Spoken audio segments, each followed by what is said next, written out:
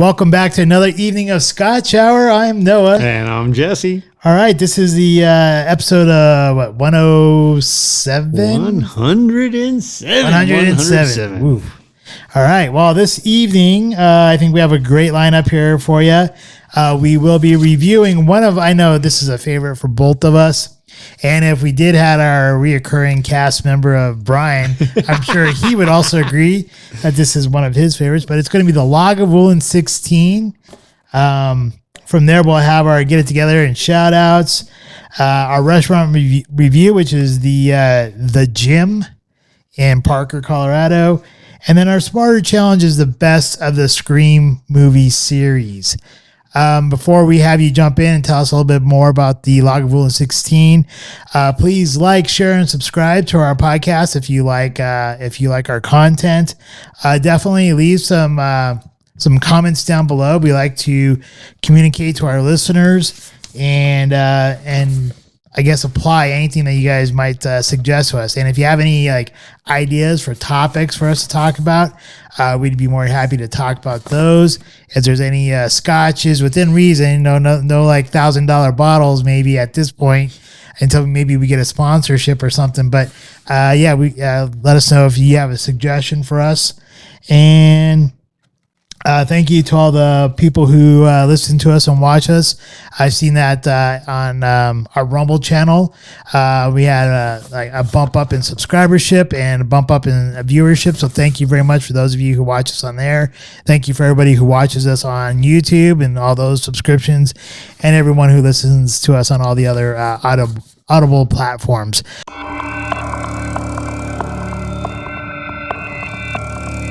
Scotch Review. All right. Well, this evening is definitely a treat, at least for us. Now, here's where it gets really interesting, though.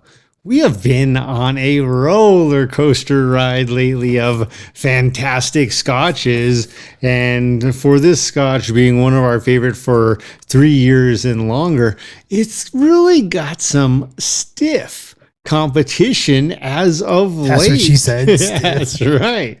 Got some stiff competition.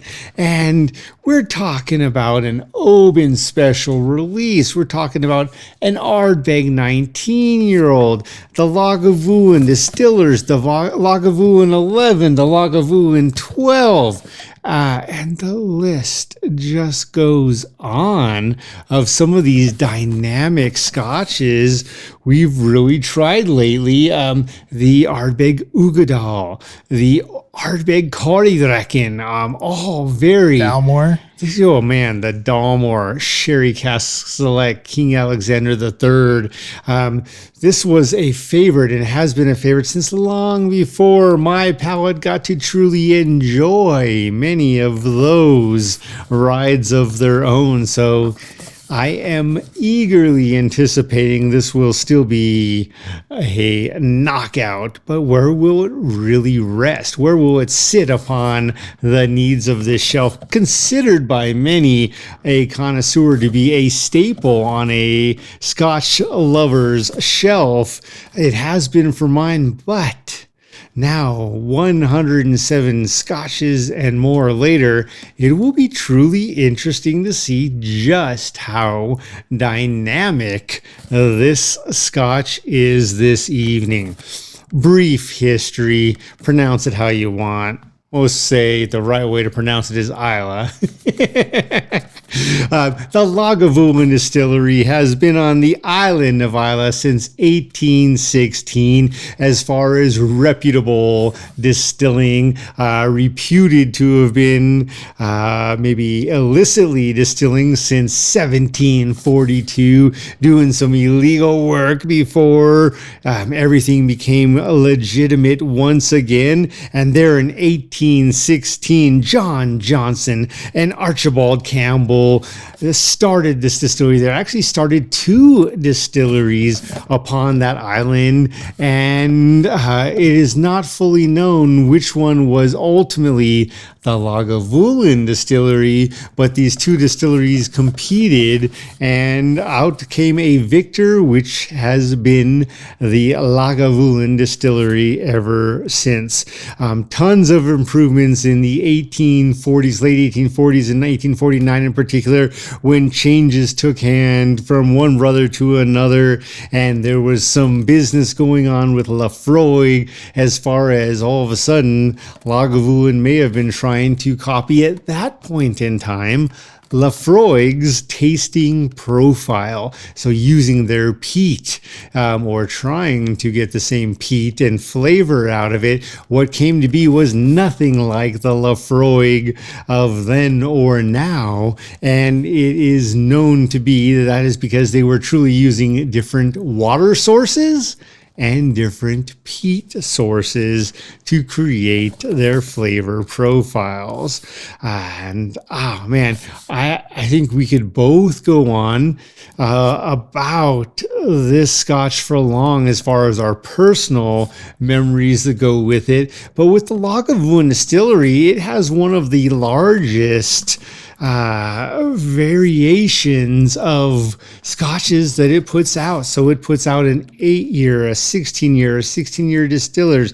There's a 37-year, a 25-year, an 11-year, a 12-year. They've got other years in there in the mix that they come out with limited runs as well. And some of the more recent slam dunks, if you will, have been the Offerman editions, of which we tried not even 6 months ago, and I will admit was definitively a slam dunk for me. In the last year, it is reputed, I don't know all the details here, that Buchanan Dewar Limited has purchased Lagavulin. I'm not sure if that's part of a conglomerate joining the Diageo distribution company or not. Still need to look further into that, but it'll be interesting to see what comes along run with this. I know Noah had looked, just to give you an idea about some of the possible tastings at their distillery.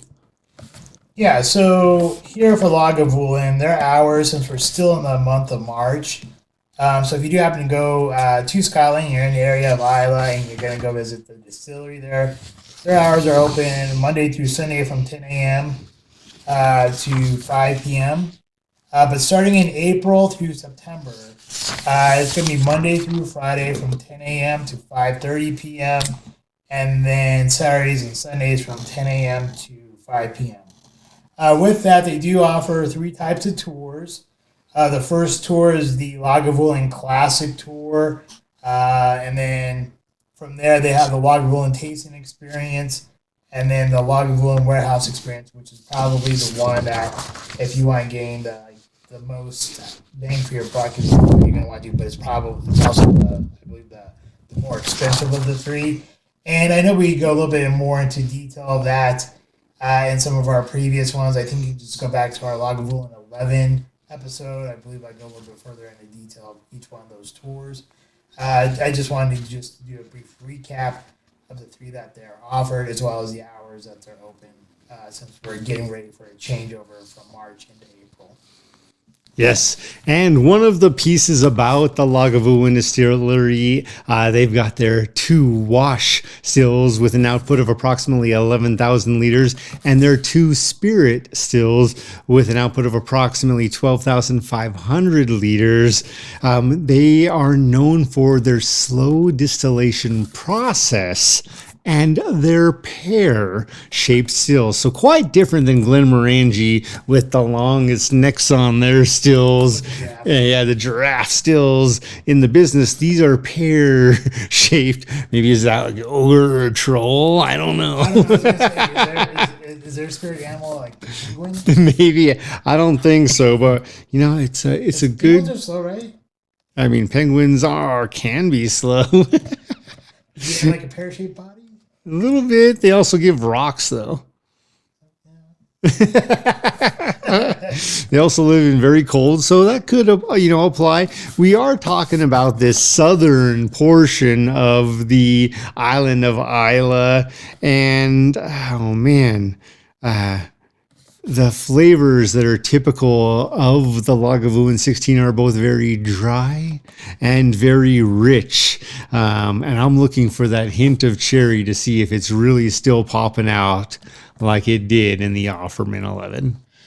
Yeah, hopefully it will. And for those of you who probably didn't hear me talk about the tours, I had myself on mute, so hopefully you heard me the first time around. But in any case, real quickly, practicing his sign language. They have 3 tours. They have the classic tour, then they have the Lagavulin tasting experience, and the Lagavulin warehouse experience, which is probably going to be the best bang for your buck. And then they're getting ready to do a switch over in hours. So right now, in the month of March, 10 a.m. to 5 p.m. And then April through September is 10 a.m. to 5:30 p.m. That's only Monday through Friday. And then Saturdays and Sundays are 10 a.m. to 5 p.m. And then you might have missed my comment about the stills. I thought I was asking Jesse if the penguin was the Lagavulin's spirit animal, unlike the giraffe with Glenmorangie, because they have a pear-shaped body and they move slowly, but we discovered that's probably not the best bet. Maybe it's a seal. Who knows? Maybe. Yeah, but no one goes and beats Lagavulin, right? Like a baby seal. I don't know. You never know. Am I not supposed to say that? You can't beat baby seals, can It you? would make a hell of a coat. Do they even talk about beating baby seals anymore? I don't know if It used to be a realize. big thing back in the early 90s, beating baby seals. It wasn't. That's when they really were trying to use that as far as why not to wear animal skins, including leather, but particularly fur. But yes, in the early 1900s and in the 1800s, in order to not damage seal skin with a knife or a shell, a bullet, they would beat them to collect their skins. With a cricket bat or what? I don't even know. I was, as far as I know, not part of that in this life or a previous one. Do you think you remember if you were part of it in a previous life? Pretty sure you can't unsee those things. It's probably pretty. Think about the damn walrus coming after you when you're beating its kid. Like, if you get horned by that, you deserve it. You deserve to die. I'm just trying to think about your rabbit story. It's just like the Scream, and it's just like the Scream movies. There are some of these people where you're like, yeah, you just got stabbed. You deserve that. I don't feel sorry for you. Goodbye. And there's others like, damn, that looked like it hurt. Damn, brother. I feel sorry for her. She don't deserve to die, as far as I know. All right, time to pop it open. It is. So with this, there is this very, I would say, as traditional colored forest green box with a little off-white insignia and gold. The bottle itself, pretty fantastic, great shape. Off-white coloring, much like in the box. Symbolic, a little bit of glasswork, 1816 Isla. And I have to admit, I love the color of the glass. I have always loved what they have done with the foil and the label and the box. The colors go wonderfully. This makes me think of an elegant, sophisticated Scotch. Were you mentioning the other day, though, like the Lagavulin 8 had moved from a wood top to a plastic top? That was definitely not wood, just saying, she knows. So with that, I think more and more of these distilleries are moving away from full-on cork to press cork and wood toppers to plastic toppers, rather. And that includes some of our favorites and some of the best scotches we've had, including the Dalmore. Yeah. Well, let's open this one up, see if it's wood or plastic. I mean, let's see if the wood went in.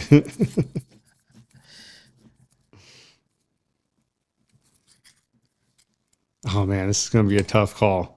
It is definitely not as obviously plastic as the 8. I'm going to let you be the judge here. Uh-oh. I think it's probably still plastic, but it could go either way. It's definitely not as plastic-y as the 8 was, if it is. I don't know. I want to say it's wood. All right. Well, if you're 16, unless the scratching that I did there doesn't show me it's wood. I think. if you're 16, you still get wood. If you're 8, you better stay away. You got plastic. This one feels different. Whatever the composite or the material is, it definitely. It might be feels, like a pressed wood or something. It doesn't have like the weight of like a real like the older wood ones. Well, and that's where it gets tricky. Is pressed wood is actually heavier than regular wood because of all the damn materials they use to press it together. But it feels lighter than normal. But like when you scratch it, though, it looks like it'd be more wood than it is plastic. It definitely feels and sounds like wood to me. The other one was definitively composite and plastic material. But this one looks like if it is plastic, they went out of their way to at least give it some wood grain. Oh, now the many memes Noah has sent out over the years. I feel like I need a Band-Aid right now.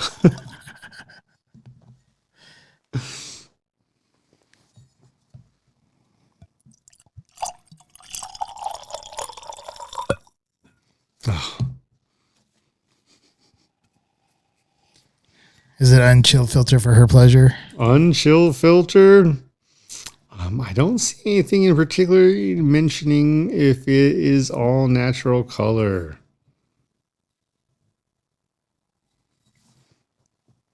Non-chill filter. All right. Well, I guess this is our time for our cheers and warp speed. So Time to go play doctor and nurse. Cheers. Cheers.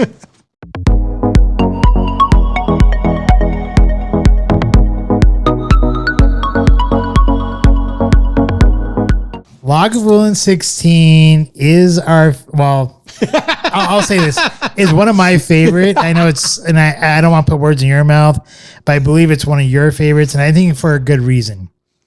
And it just does not disappoint. I mean, every time we've had a Lagavulin 16, it's always delivered, and I don't know if it's just due to our maturation of all the different types of scotches that we tried over the last 2 years, and our tastes have started to develop, and we're able to pick out things that we like more and more.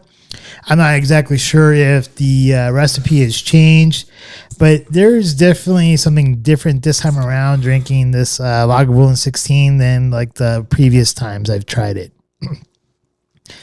As we all know, I'm pretty much like a big, huge Oban fan. Oban 18 has been typically my number one, but after drinking this one here tonight, I'm going to have to go back and revisit Oban 18 and see whether or not that is my favorite.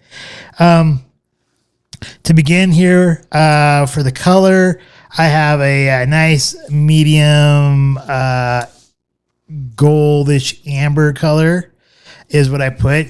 And I like the color. Typically, it's not quite as dark as I would like. I like just to be just a hair darker, but I still am giving it 5 points out of 5. Now going into the aroma. The aroma here. Before I talk about the aroma, I'm going to talk about the packaging. The packaging, it has like a nice forest. I think it's like a dark forest green color with some gold. It's classy. It's a very classical look. I love the green with the gold.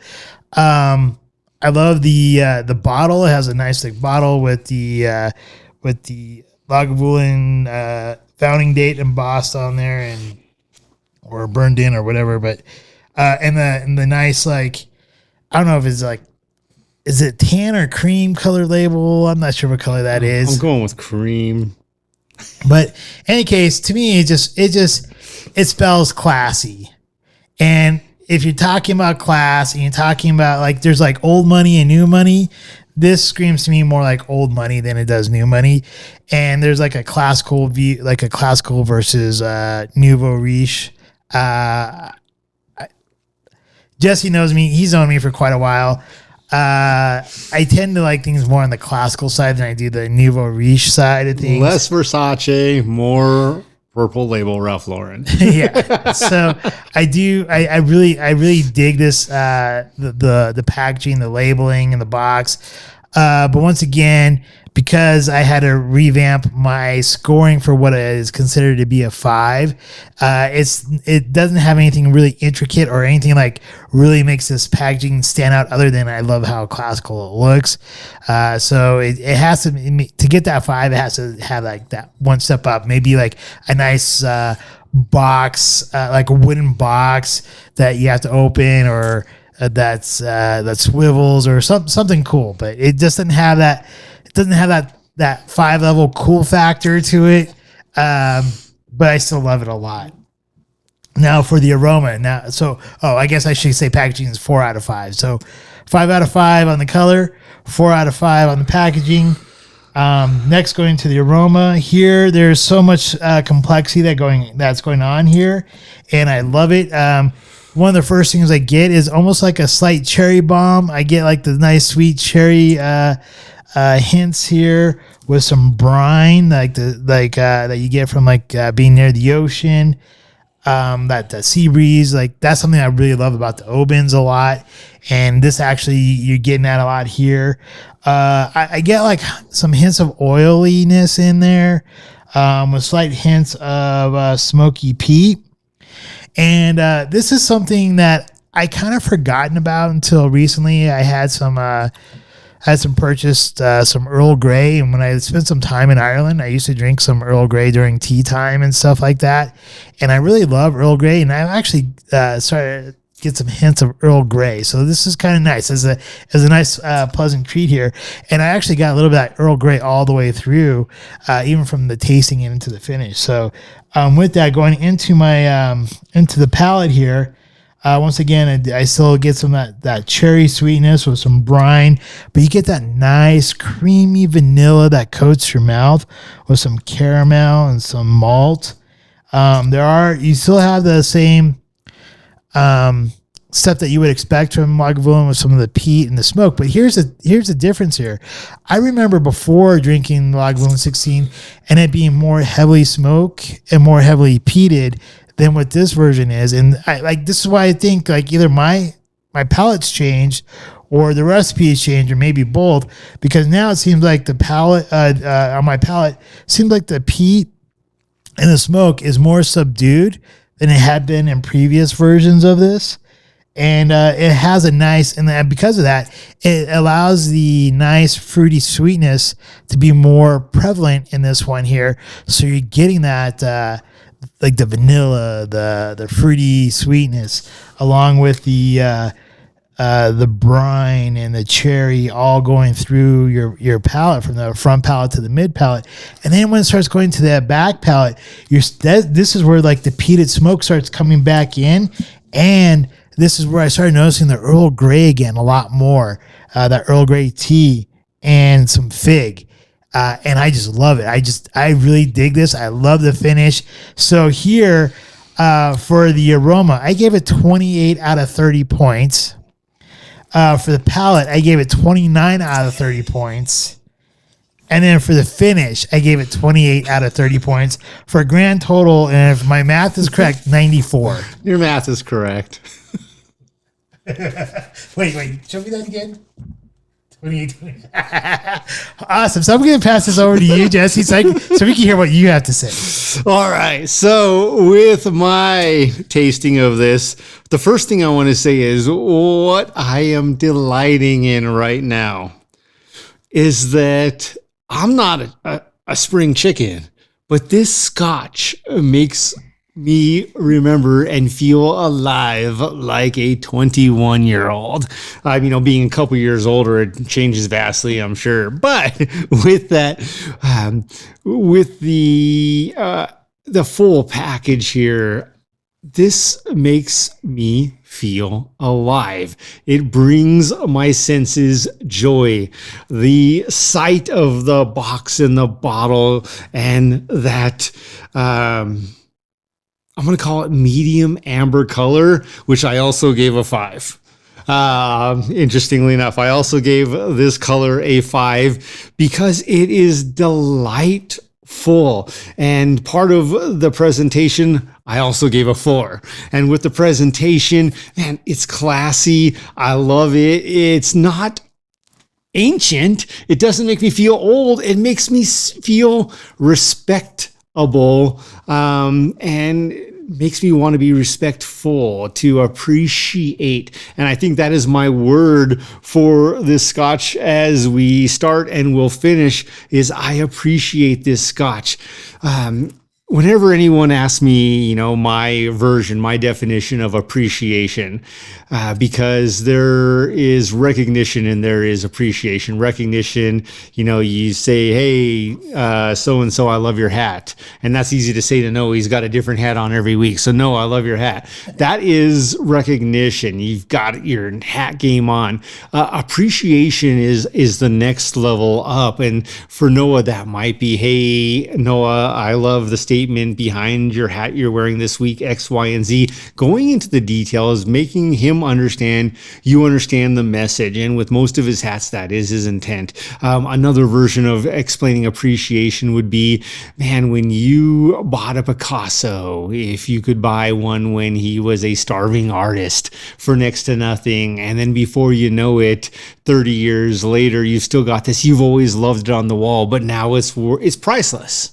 It is priceless on this wall, but you have always loved it. That is that appreciation that both others and you can see. You love it that much more.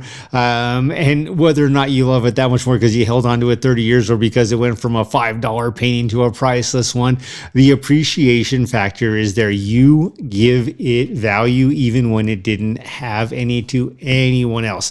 Appreciation doesn't have to be done by the masses. It can be done singularly. And with this Scotch, which I do believe is appreciated by many a mass, I appreciate it. It is something I value. So the presentation is a 4, the color is a 5, the nose. All right, where do we start with these next little groupings? The nose. Like Noah said, right off the bat, there is this hint of cherry. And for me, that hint of cherry, again, brings this youthful, exciting, lovely nose of cherry Kool-Aid. It is that sweet Kool-Aid that, as a kid, pops right out. And then it goes into the peat and the smoke and the brine or seaweed. It's a little ocean. It's a little more than just the mist. And on the nose, it kind of finishes with a matured sherry. So they're definitely using some Oloroso or some sherry casks during the process of aging this 16-year Scotch. So also much like Noah, and we don't share these scores beforehand. So for now, 3 out of 3, 28 on the nose. We get to the palate. Oh, once again, this palate does not disappoint. It excites me. It brings between the peat and the smoke and the brine and the malt and the cereal and the cherry that in that palate is there from beginning to mid-finish. It is thick. It is sweet. It is everything I want as a teenager drinking the world's best Slurpee or Icy. It is fun. It is exciting. And obviously, as a Scotch, it is well balanced. So they have taken the sweet, they have taken the salty, the brine with the cherry, with the peat and the smoke, and it finishes. And the palate gives, again, interestingly enough, as Noah gave it, a 29. The finish, the thick, sweet, syrupy finish continues with that of dates and peat and vanilla oak. And for the finish, I gave it a 28. And so much like Noah, again, this has been very surprising because before this, I thought we were both going to have a slightly different score, but be close in range. And as it turns out, it's not a slightly different score. It's the same score, a 94.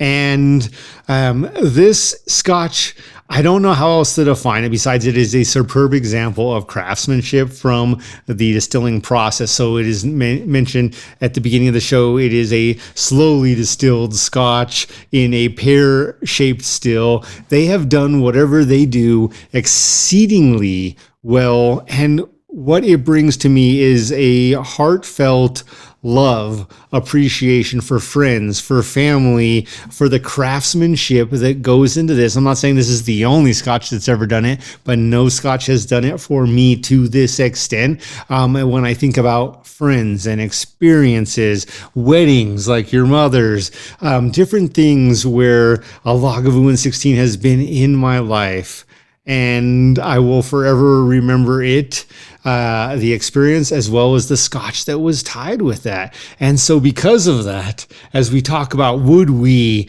we move to this next step, would we take it to a poker game? Man, if these are friends I care for, the price point is not cheap. Noah paid almost $130 for this, roughly $130 with tax here. And in the States, that's what it's going for right now. That's a pretty average price. If you like your friends at poker game, I'm taking this to poker game. Would I take this to a formal event? Absolutely. If anyone's complaining about this, it's time to educate them on the island of Islay and what has gone into this Scotch, which was first officially founded in 1816, but we know had illegal behaviors for almost a century before that, and then has come to this rich, peaty, smoky 16-year beautiful bottle. Noah, thank you for selecting this. It's been tough. We've talked about it we're going on 3 years now. We've talked about this for 3 years. We haven't brought it on the show. And my whole point was I was always too afraid to, because I'm like, man, is it going to be that good? Is it really going to stand up to the memories that fall behind this? And the answer is yes.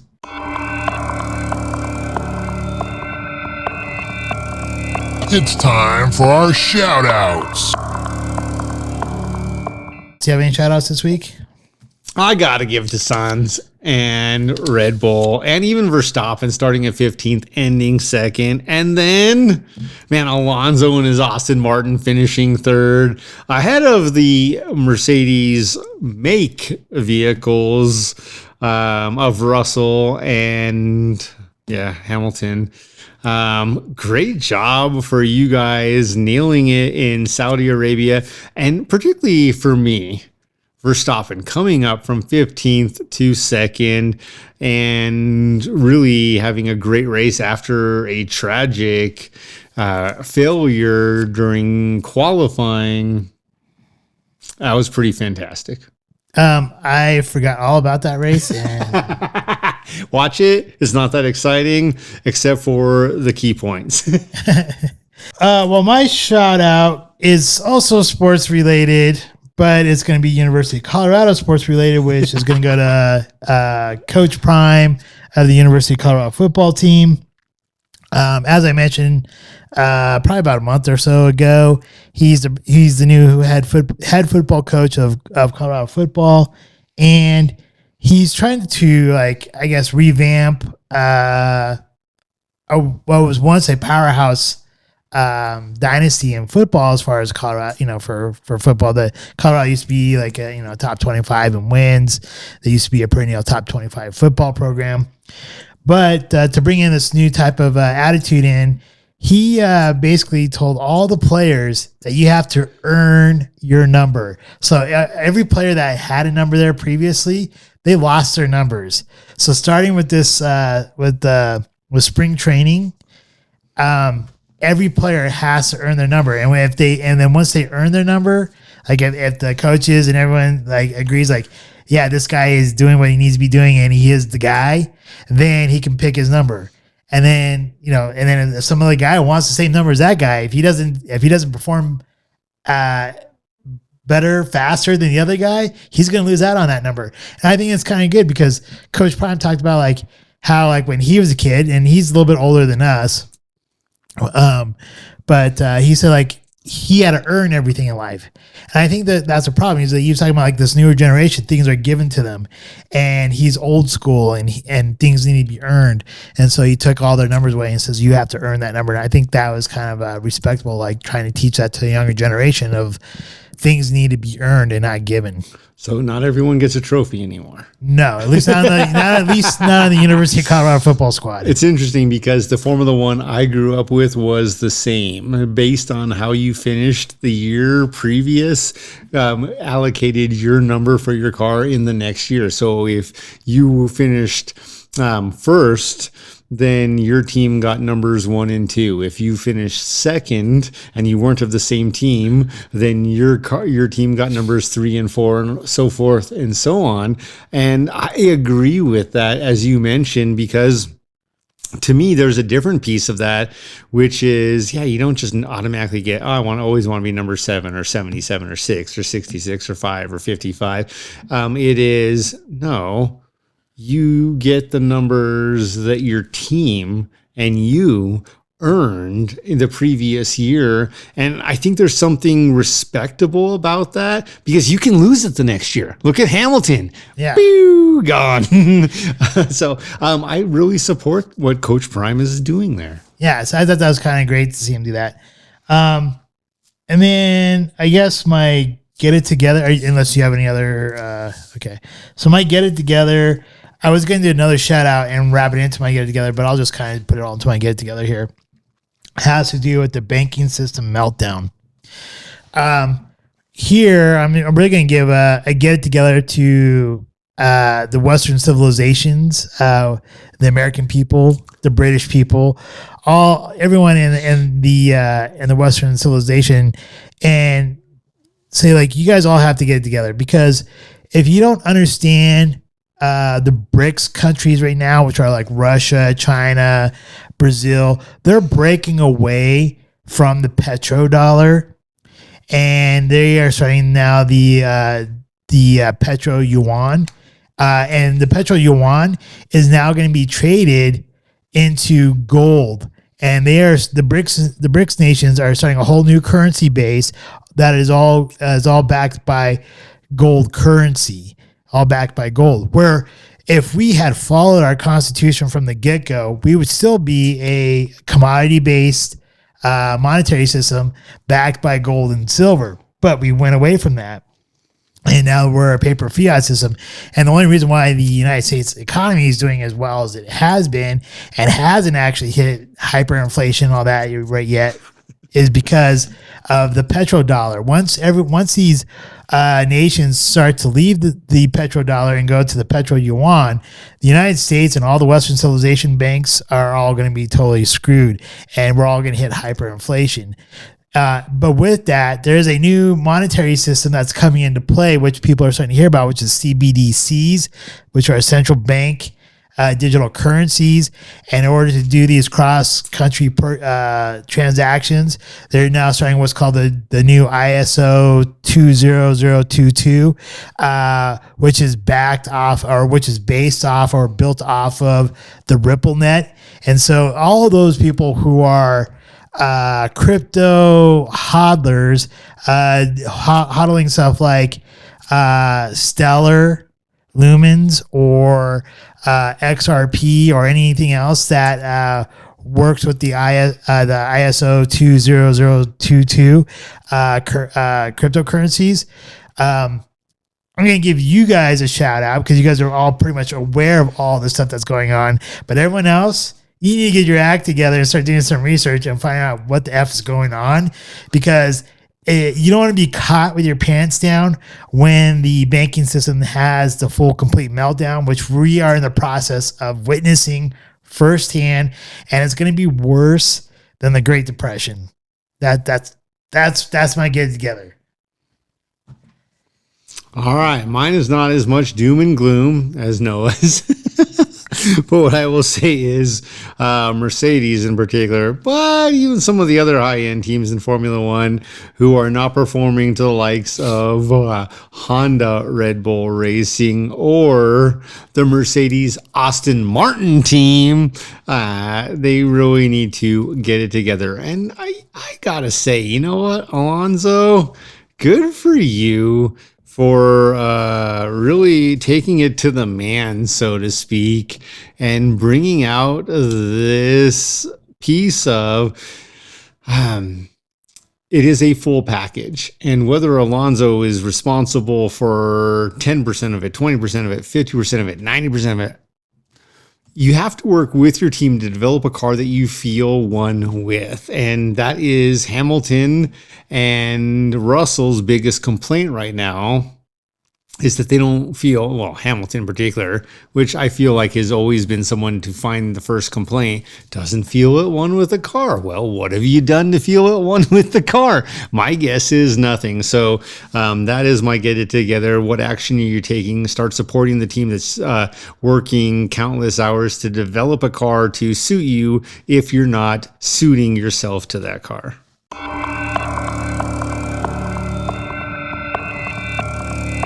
Restaurant Review. All right, this week's restaurant review is the Gym in Parker. It is right there off of Main Street, just west of Parker Road. Yes, I was looking at the other road, which was Dransfield. Yes. Okay, Dransfield Road. Yeah, so I was looking for that name. So Main Street and Dransfield Road is basically where it's at. Arriving to this place, I wasn't exactly sure if I made it there, even though I used GPS to arrive. Because like when you first pull in off of, like I came off of Dansville, I didn't come off of Main Street or anything like that. So when you first come in, you see like a strip mall that has a bunch of restaurants, but you don't see this particular restaurant, the Gym. So you have to go a little bit, you have to go past this main parking lot into like the next section where it looks like you're going into like a backside of a building or something. But that's where I was at. So at first I wasn't quite sure I made it to the right spot.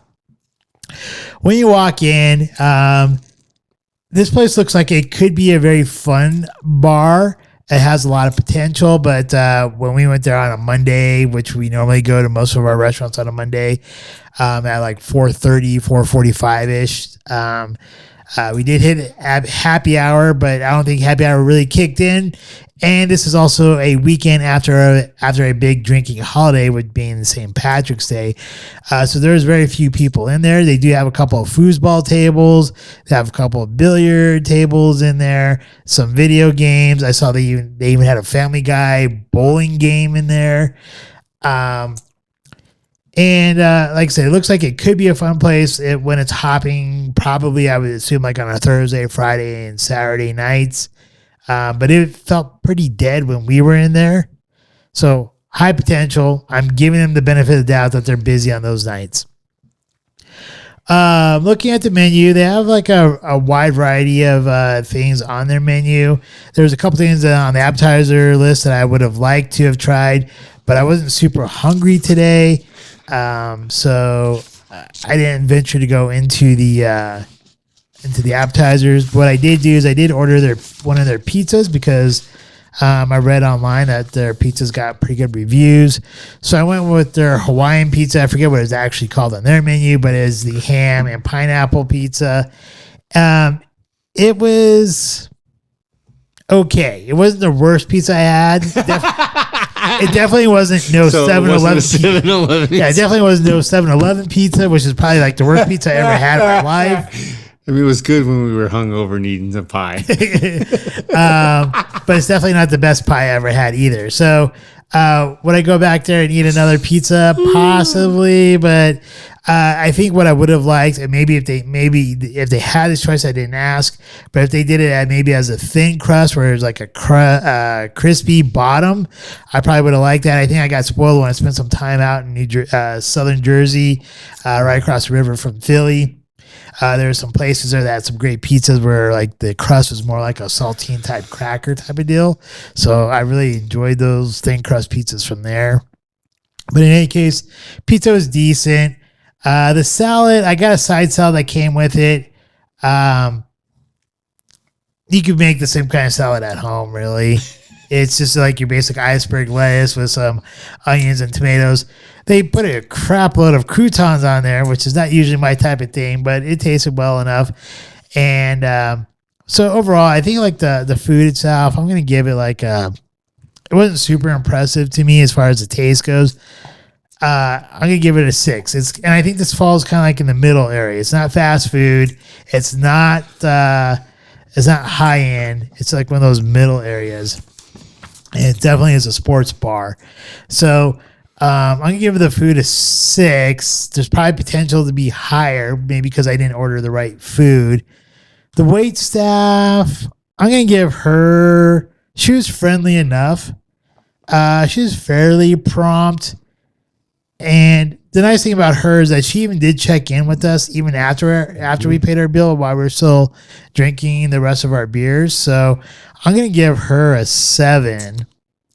And the atmosphere, I'm going to give a 7. So I guess even with the food being a 6, I'm going to kind of give it the benefit of the doubt because maybe I ordered the wrong thing. I'm going to give it 7s all the way around as far as like an overall score. I would recommend if you're in Parker, give the place a shot. You might like it. They seem to have like a great list of different types of burgers on there, so maybe I should have gone that route. They look like they had a couple good like chicken sandwiches, and some of their appetizers sounded pretty good. Like they had some jalapeno poppers and some wings, and I know you're going to talk about the nachos here coming up since you got those, but they did look like they had some decent food there. But yeah, overall 7. Would I take a first date there? Probably not. Not unless it's like on the way to something else, maybe. Would I meet some friends there? Definitely would. I did have for myself the movie night nachos, and during happy hour they're $1 off, so $8.95 with carnitas, and I will say it was more than I could eat. It was a jumbo plate of nachos. I loved the pepper jack cheese, the carnitas, the pico de gallo on top. The chips were crispy. I love tri-colored chips, the purple or blue, the red, and the white. All of it was fantastic for me. So I would say ultimately for me, the environment was the one thing that was a little weird. And Noah mentioned as we drive up, I'm like, okay, so if this place doesn't do well, I know why. Everyone's driving by thinking it's a gym, not a bar. Right? Like literally it's in a strip mall, and it looks like it would be more likely to be a gym to go work out in than a bar to go lift 22-ounce drinks in. So with that, that's probably their one thing. The environment was a 6 for me. Now that's the lowest score because the staff, as Noah mentioned, our server, she did a really nice job, and she did continue to come back around. She was also running around rampantly, working her tail off, vacuuming carpets, cleaning other people's tables, doing a lot. So shout out to you for staying busy and really being one of the better pieces of the environment. The food for me, my nachos, they were a 9. And so the number in question is value. And those nachos were a huge value, man. The beers, as you pointed out, though, man, the beers were pricey. Yeah, you got deep pockets for the beers. So after happy hour, $1 off, the beers were still $8 a pop. And I was drinking the Stardust IPA, which was, for me, that's worth every penny. But when I can get a 6-pack for $1.50, $1.99 more than I bought one beer for there, I would probably in the future just go buy a 6-pack and make my own nachos. but it gets tough. So value, total package 8, again food 9, staff a 7, environment a 6. So 7.5. We're going to round it up to 8 was the total score. This is not a fast food restaurant. It's also not a high end restaurant. And would I take a first date there? It's kind of like you.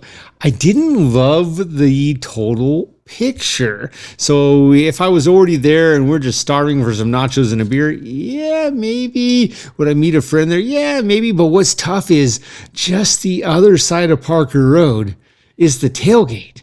And I will go meet a friend or take a first date there any day. So the answer to those two questions is most likely it would not be my first choice.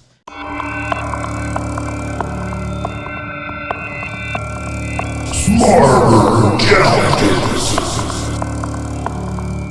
This week's Smarter Challenge is the best of the Scream movie series. So, to start off here, I guess we'll talk about which one is your favorite Scream movie and why. So this is tough because I really enjoyed Scream 6. But I got to go back to the original. Scream 1 was definitely still my favorite. There is just something about, particularly the killers, and, Wes Craven, who directed Screams 1 through 4 and did not do 5 or 6. And if anyone's wondering why, it's because he's dead. Died in 2015. Did great things with many scary movie franchises, including Nightmare on Elm Street. But with all of that, Billy Loomis and Stu Macher as Skeet Ulrich and Matthew Lillard, man, they were my favorite killers. They ultimately paved the way for even Scream 6.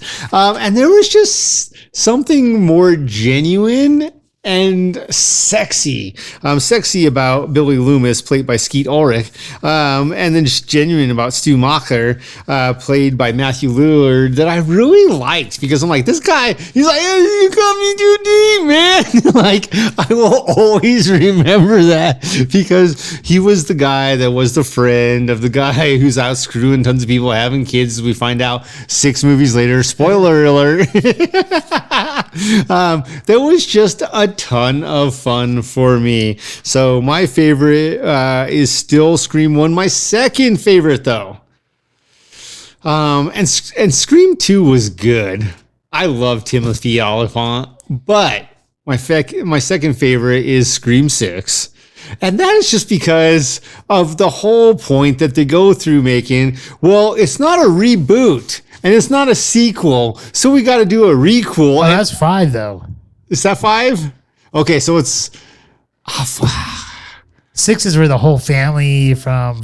Yeah, so I guess crazy enough, 5 is my second favorite then, because I just love. Yeah, you're right. I totally goofed that. 5 is my second favorite because that whole piece where she really goes into this emphasis of reality, which is none of this is going to make sense anymore, except that it's all going to be true to the nature, which is it's going to be the love interest and it's going to be X, Y, and Z. And you're going to question your sibling or your friends or those that are closest to you, but they're ultimately going to die or be good to you. So, boy, you're stupid. Dewey nailed it in 1. Yeah. Always look at the love interest. Yeah. And the one-liners in 5, impeccable. Like, just fantastic. All right, so I agree. Choosing which one is your favorite is definitely super duper hard. I mean, there's something to be said for the original because it starts it all off, and like you mentioned, the 5th one, the requel, is basically like it's like a remake of the original, but it's not, because as they talk about in that movie, you just can't do a remake anymore. You gotta bring back the legacy characters, and you gotta invent the new character, bring in the new characters, and kind of do some like mishmash there. So those two are both really awesome. But I'm stepping away from the original and then the requel, which I would say is like the new original, or the new base, going back to basics as they talk about in that movie. And I'm going to say number 6 is my favorite. And I think the reason why I like number 6 so much is obviously the acting, I think is done pretty well, but I love how there's more than just 2 killers in this one.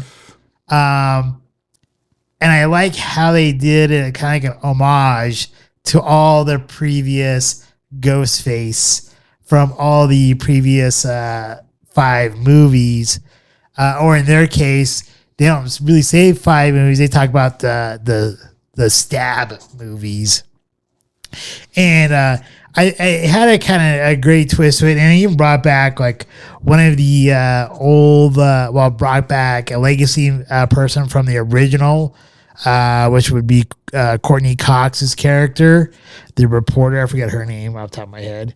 And then it also brought back someone from Scream 4. She's now she's an FBI agent. But in any case, I thought it was a really fun ride. And Jenna Ortega has become kind of like a horror movie queen now, with like her work in X and her work in Wednesday Addams, and now with Scream 5 and 6. And I think she does a phenomenal job. And I really just enjoyed 6. To me, it was just like a fun ride all the way around. So. Well, and you mentioned 5 and 6, and what I love about this is those 2 in particular play true to Scream 1, which is in Scream 1, Billy is the main antagonist, and he is trying to get back at Maureen Prescott, who is the woman who broke up his mother and father. So no doubt he's screwing around, because that's what he learned from his mother. And his mother is the one who broke up another relationship and ultimately causes a sister that's unexpected. Again, spoiler alerts for Scream 5 and 6.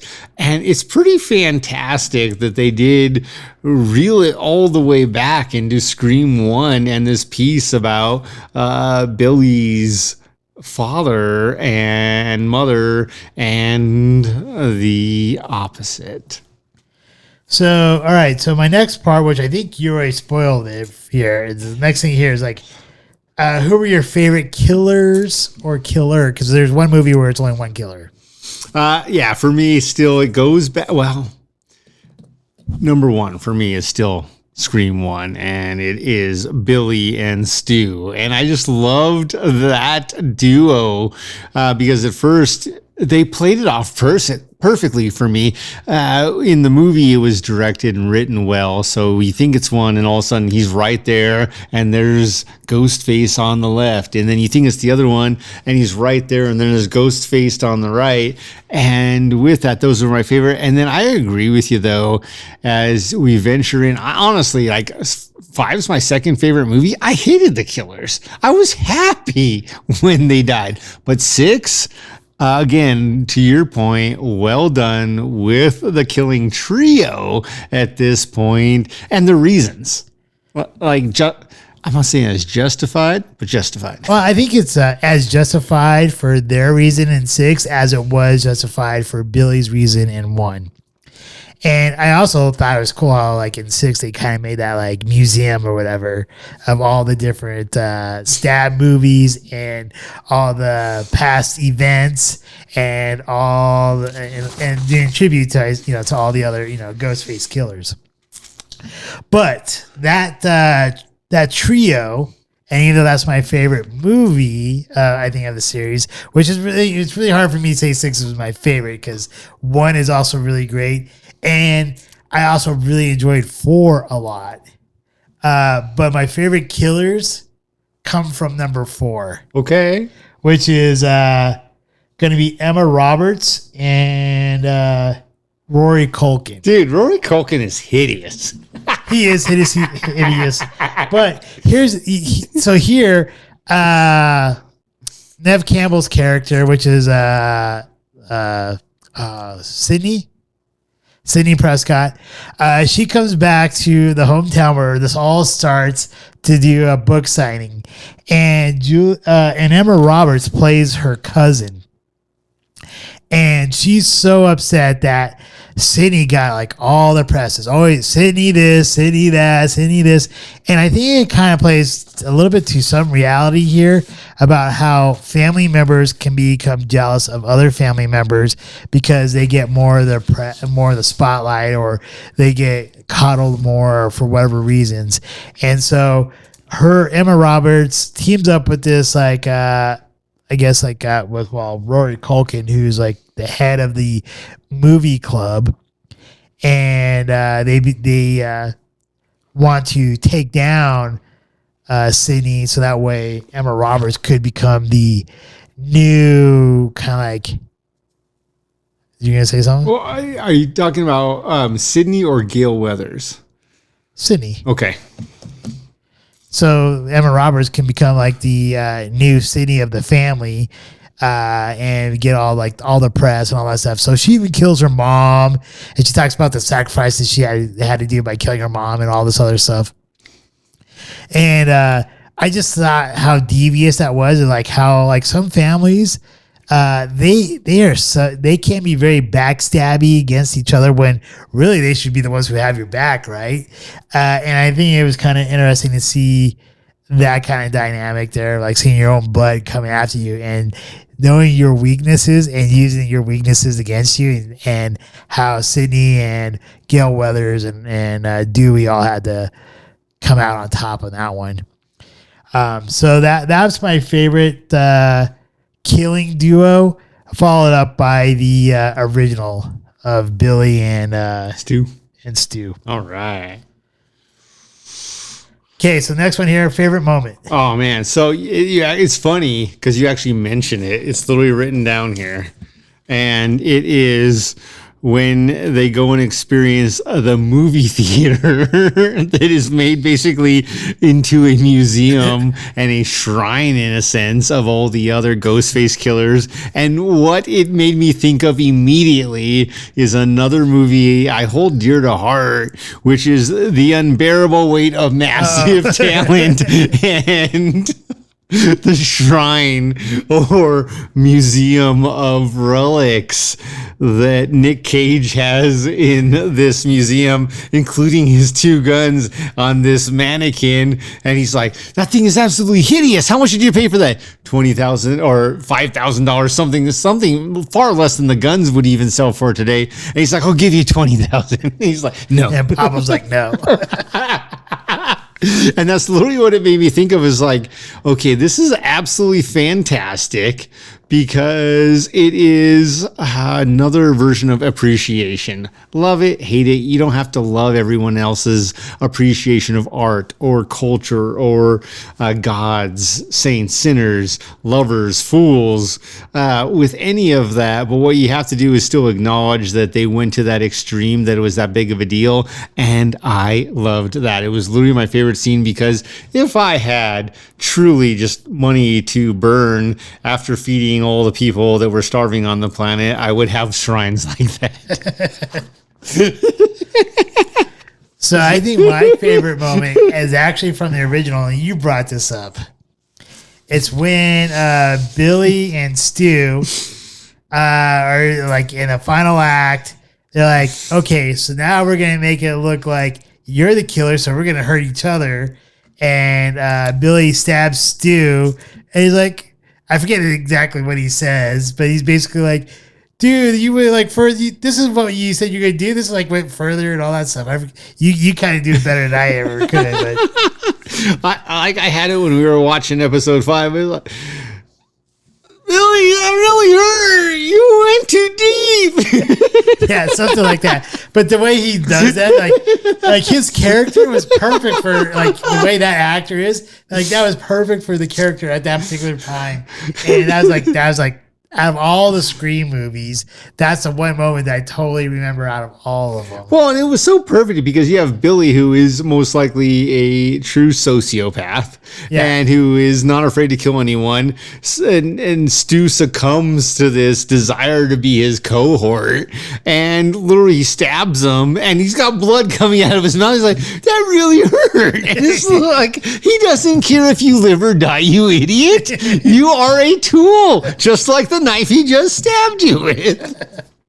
He's unbelievable. And then the other things I liked about all the movies is there's always a movie expert, and how they always say like the rules. These are the rules. You know, in the first movie, I don't remember who the kid was, but he was also in the second movie. But there's a crossover in the second movie because there's the movie class, and in the movie class you had Timothy Olyphant, who is also in that movie class, who says like the movie, he's gonna say like he's gonna kill all these people and use the movies maybe do it type of excuse. And then I think back during that time frame, there was like a lot of like litigation going on about like whether or not games cause people to hurt people or books. Movies, yeah. So kind of like a very big reflection of society at that time, I guess. And the other thing I noticed about all these movies is they always seem to use like the characters that were kind of big within like the like teenies, low 20 age group of like who were the it guys, right? Or the it people, like Emma Roberts back during that time frame. Like there's Emma Roberts and I forget her name, but she was in the blonde-headed girl that was in Heroes. Was in episode 4.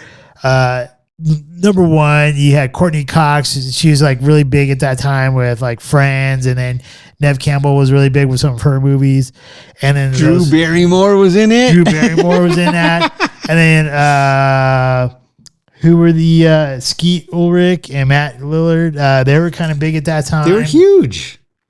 Timothy Olyphant was kind of like a teen heartthrob at that time. I think he actually didn't get like really big until he did Justified. That's just my opinion. I really loved him in that. The movie was like, is the juice worth the squeeze? The Girl Next Door. Oh, that's like one of my top 10 movies. That's just a great movie in general. Yes. Totally underrated. Yes. Every time I hear that song that goes along with that, I always think of that movie. The juice worth the squeeze. No. I think the worst of the movies though had to be Scream 3. But I don't know. Anything you want to add to these? No, it's interesting because it is something to consider. What is it, whether it is a Scream movie franchise or a Nightmare on Elm Street movie franchise? These go on and on. So then you've got Halloween and you've got Friday the 13th. And I think it was actually in one of the Nightmare on Elm Street movies where Wes Craven plays a teacher for one of the classes, and he's talking about it. He's like, this is all based on a culture trying to give a message off of don't have premarital sex or X or Y or Z. And it is no different than the specialists in every one of these Scream movies. Here's what's going to happen first. It's always going to be the person closest to you. You're not going to believe that X, Y, and Z. And it's all true. And Wes Craven literally laid it out in Nightmare on Elm Street. It is not a code. And I think that is the brilliance of these movies. Is it actually is more impactful and empowered once you tell the audience, here's what's coming, just like Alfred Hitchcock did. Hey, by the way, these birds are all going to go crazy and come and try to kill you. So run for the hills. And I don't know, we're going to be fine. They're just birds. And then what happens? Or Psycho or any of these movies. Vertigo, a prime example. Oh, so you're afraid of heights. At some point, you're you're going to have to go up high and it's going to become a problem. We know that just from the title. You don't even have to go into the movie and start watching it. We know the problem of this movie. And that is what they do in the Scream franchise, is they let you know from the opening scene, the first kill, and it is, there's someone out here to do some damage, and it's going to be obvious. And there's literally, you're going to know who it is at the end, but there's nothing you can do until then. And the other thing I like about the Scream franchise is I think it did a decent enough job, especially with 5 and 6 at this point, to help bring back like the slasher movie, the campy slasher movie vibe. Because you gotta admit, there's something back in like in the 80s with like Friday the 13th and Halloween and all that, with like the campy slasher movies that were just fun to watch. Yes, they're kind of like obviously they're a little bit violent, they're a little bit gory, Might be a little bit of nudity. Sexy. We all like that. Yeah.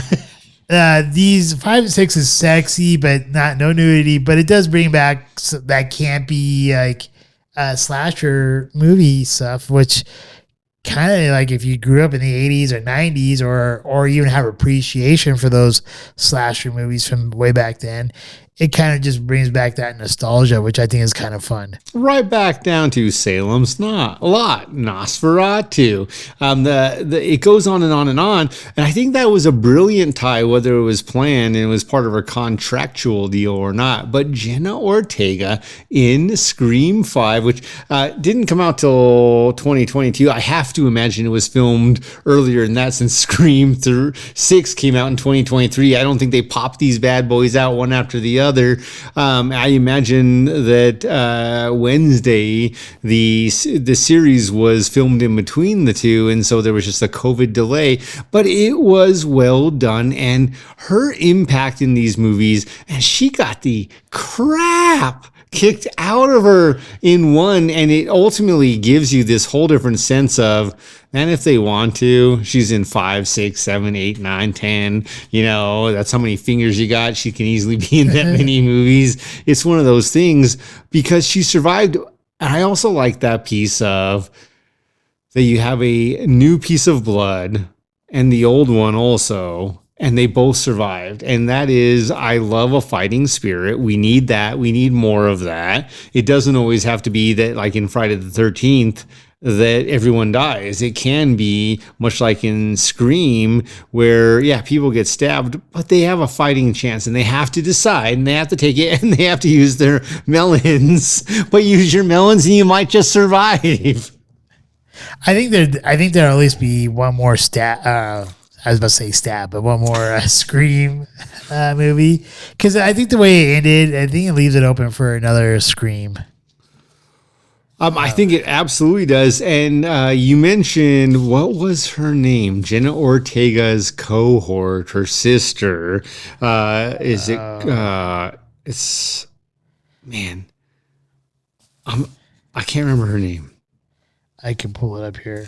But she also did, and you mentioned it, a fantastic job being the sister, the downfall, the one who was not... Sam? Yes, Sam. Who was not the legitimate sister of the ultimate victor. Of Tara? Yes. Yeah, I think going back to like, when you look at 5 and 6 and you find out that Sam is the daughter of Billy, and when you go rewatch number 1, all you see is Billy has only slept with, as far as you know, Wes Craven spelled that out in Nightmare on Elm Street. It was Sidney Prescott, but we learned many, many moons later that he was. Well, I think in that movie and one, we know that he slept with Sidney Prescott's mom. But then we also know that he obviously slept with another person and got that person pregnant, which I don't think we ever meet Sam's mom. All we know is that she's a drunk and she talks a lot. Well, yes. And so here's the next interesting piece of living to future other episodes. But that is like, yeah, no kidding. He's going to sleep with as many people as he can. And the only reason he's sleeping with her is because he's trying to get back at her mom and his dad. I don't know why he'd be so concerned about getting back at her for his, if he slept with her mom. Like that's already damage enough. Dude, I'm not saying it makes sense. I'm just saying he's a teenage boy and we were all there. It didn't make sense. And we all did stupid shit. True that. Like sometimes I'm like, sorry to the guy who I threw the Yeah. coke on. Perfect shot, by the way. That was meant to be. That was cosmic. Like that was just perfect timing, physics, speed, velocity. It was Everything. Literally, there was a 0.01% chance that could work, and it worked. nailed it. You're literally shooting into the sky, praying you're hitting a flying alien, and poof, he lands. Damn, got him. Total chest shot too. Dude, totally. Unbelievable. Sorry, whoever you are out there. I really am sorry now that I'm older. If you find them, put on your red lipstick, put on your kill list. No, get him. no. I'm apologizing. He'll buy you a Diet Coke. I probably do owe you a Coke or water. Or car cleaning. He's riding a bicycle. Oh, who's the other person that we... Sean. Was that me or you? That was you as well. That was me too? That was like a 1 in a million shot as well. Well, I know. Dude, if Noah's chasing you and has a soda in hand, run. Or if he's in front of you, brake. Like, just do not get next to him, particularly at 40 plus miles per hour. Sorry, Sean and the other guy. Total random guy that I don't know. It's just unbelievable. It was really. All right, so to wrap up here, anything else you want to say about Scream? 1 No, through 6? it was a fun revisitation of some horror classics, if you will. And I say that because we're spanning 27 years, almost 3 decades of a series. So and it's not as long as a Halloween or a Friday the 13th, but I don't even think Nightmare on Elm Street lasted that long. No, and I think there's something different about this versus Halloween. Halloween tried to do like multiple restarts. Where here it wasn't quite a restart, it was a requel, but like there's enough of like the same formula on number 5 that could relate back to number 1. And he had some legacy characters, but then he got some new characters, so it was different enough to be like just to be a continuation, which I think makes it better. All right, I guess unless there's anything else, I'd say what is our next week's topic? All right. Without any surprise, I'm sure next week's topic, Smarter Challenge, is to go and watch John Wick 4, a movie review. And this is a tough one because, man, I hear it doesn't end well. Not for John Wick. I think the last one ended well for John Wick. 100% agree. And for next week's Scotch, we really considered doing Blanton's bourbon, but this is just not a bourbons podcast. So maybe some point we'll pay an homage and do a comparison with a Scotch and a Blanton's, maybe for the final chapter of John Wick. But for next week, we have the Blannoch 11-year-old non-chill filtered annual release Lowland single malt Scotch whiskey. Hanging out with the lowlands. I got friends in low places. The whiskey runs and the beer chases. I wanted the women to chase. My blues away. Here we go. I'll Blue be balls away. okay. All right. With that, thank you everyone for watching us. If you made it this far, we greatly appreciate it. So once again, thank you for those of you who watch us on YouTube and Rumble, and for all of you that listen to us on one of the many different platforms for the Audible version of our podcast. If you want to become a patron member, please look down below. The very first link is a link to become a patron member for as low as $1. That actually goes back into us investing into our podcast and all the multiple scotches that we review for you, or the movies we go see for you, or maybe it's just for us. I don't know. But with that, I'll pass the finishing touches on to Jesse to close us out. All right. So Lagavulin 16 did not disappoint. Remember, life is great. Please drink responsibly. Get an Uber if you've had too much to drink. Get a friend. Get something. Walk. Sleep it off. Do not drink and drive. Please just be smart around that. As Noah mentioned, give us feedback. We have used it. Anyone who's given us feedback knows that we have. Challenge us if we have not.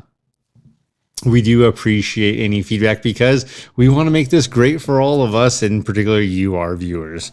And until next week. This is where we're going? What's that? I don't know. Where are we going? Dude. Till next week? Till next week. Scotchman!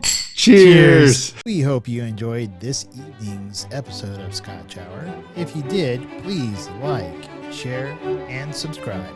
Also, if you have not done so already, please become a patron member, with memberships starting as low as $1 a month. Thank you, and hopefully you have a wonderful evening.